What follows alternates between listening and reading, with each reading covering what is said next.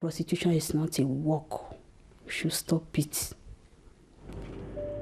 It's thought between 200,000 and 400,000 women across Europe are forced to work as prostitutes. An increasing number of them are Nigerian, like the woman we just heard. They're lured to Europe with false promises and end up in backstreet brothels or red light districts in cities like Lyon, Madrid, or here in Turin. We join volunteers from a Catholic charity who try to get the girls off the street. 9 Nigerian women currently live in this house in Italy. We can't use their real names. As recognized victims of sexual abuse, they won't be deported, at least for now. Kate arrived in Europe a year ago. They told me they were going to find a job for me, that there is a lot of job here. But they didn't tell me it's on the streets. The job is on the streets. For many women, their troubles begin on their way to Europe. I was raped twice. When I was in Nigeria, the person that buggered me to Kano, and the other time was when I was in the desert. The soldiers, they also did the same.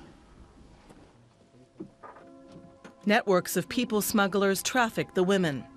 The networks are headed by so-called madams, women who enslave other women. Having been promised a great life, the women are abused by their captors when they arrive until they give in.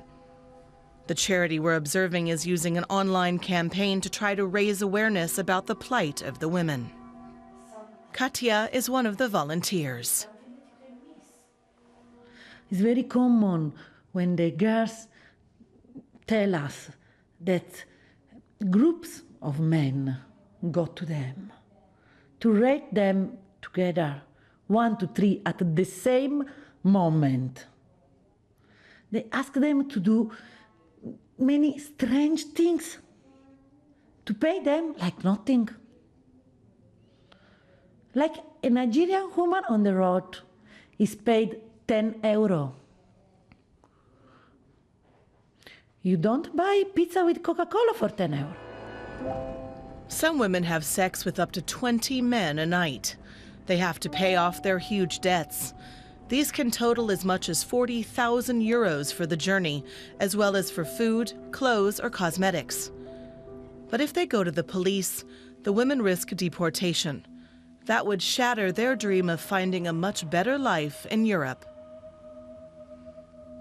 In the end, they no longer know whom to trust. Sometimes even the women's own families turn against them. It used to happen many times that the families suggest to the girls to go back to prostitution. In that case, we understand that they have been sold from their own families.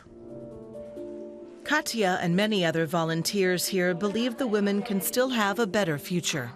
She helps them get their papers and report the abusers to police.